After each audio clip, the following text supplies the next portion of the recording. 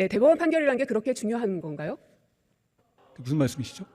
질문 그대로를 드린 겁니다. 대법원 판결이 중요한 건가요? 이렇게 질문하신 거 맞습니까? 들어가십시오. 박진 외교부 장관님 나와주십시오. 네, 외교부 장관입니다. 강제징용 피해자들에 대한 일본 기업의 손해배상 책임을 인정한 대법원 판결 존중하십니까? 네, 존중합니다. 그리고 앞서 한동훈 장관에게 대법원 판결 물어본 것도 마찬가지의 맥락입니다. 대법원 판결이 중요합니까? 라는 질문은 이렇게 우리 모두 여야가 실소를 금할 수 없는 정도의 질문인 겁니다. 당연한 얘기죠. 이번 이 강제징용 문제에 대해서 대법원에서 판결을 했었던 건 결국 개인 손해배상 청구권에 대해서 국가가 강제할 수 없다는 것이죠. 지금 정부의 태도들을 보면 과연 한국의 정부가 맞는가, 그리고 국익을 훼손하려 드는 사람들에게는 회초리를 들고 그리고 국익을 지키려는 사람에게 함께 손을 잡아야 되는데 과연 대한민국 정부와 대통령은 어느 위치에 있는지 참 국민을 지키는 정부가 되십시오. 이상입니다.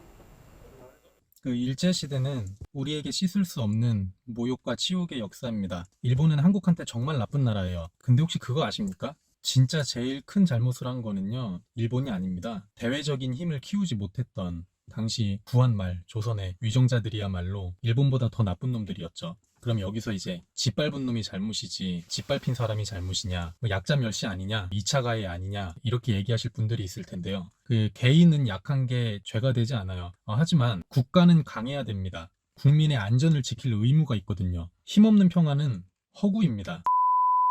그 일본이 유독 잔인하기는 했습니다만은 원래 어느 나라든지 힘이 있으면 잡아먹고 원래 어느 나라든지 힘이 없으면 잡아먹힙니다. 이거는 인류사적인 어떤 그런 문제를 논하기 이전에 그냥 망고불변의 진리입니다. 가장 본질적이면서도 가장 불편한 우열 생존의 논리, 힘없는 평화는 허구다. 여러분, 제가 제 채널에서 여러 차례 말한 게 있는데요. 그 사람은 본질적으로 물론 뭐 선한 면과 악한 면이 다 공존하고 있지만은 이익 문제 앞에서 사람은 본질적으로 결국 엄청나게 추악해질 수밖에 없습니다. 그리고 국가 간의 관계는 항상 이익 문제죠. 그 국제관계라는 거는 항상 응당 그래야만 하는 그러한 도덕률로서 돌아가지 않습니다. 세상은 선한 영향력과 인류애가 펼쳐지는 그런 감동의 무대가 아니에요. 정의라는 것도요, 결국에는 이 권력을 정당화하기 위한 구실일 뿐이죠. 미국이 평소에는 그렇게 주구장창 평화를 외치지만 결국 필요에 따라서 폭력의 정당화를 이끈 다음에 주기적으로 전쟁을 선택하고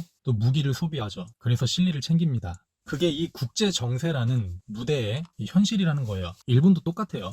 여러분, 역사적으로 힘이 없는데 오랫동안 존속했던 나라가 역사적으로 있습니까? 누가 건드려도 건드려요. 우리나라도 마찬가지죠.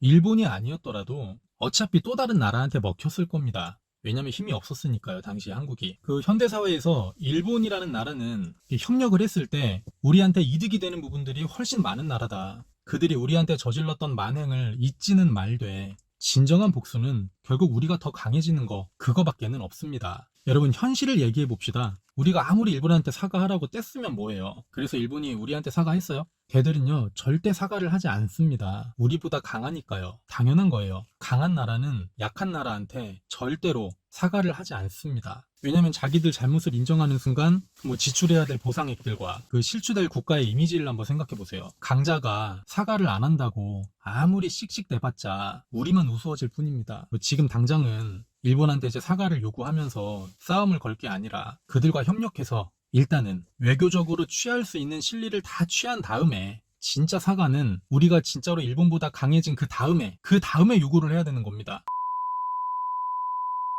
우리가요, 일본보다 강해지면은 일본은 걔들은 알아서 청와대까지 와서 빤스만 입고 스미마생 똥꼬쇼를 할 겁니다. 아마도. 일본은 그런 나라니까요. 나는 고민정 의원님이 물론 저보다는 1억 배 이상 훌륭한 분이시죠. 근데 자꾸 보수당한테 그 일본 문제를 구실로 공격하고 그러는 게 솔직히 못마땅해요. 비현실적이거든요.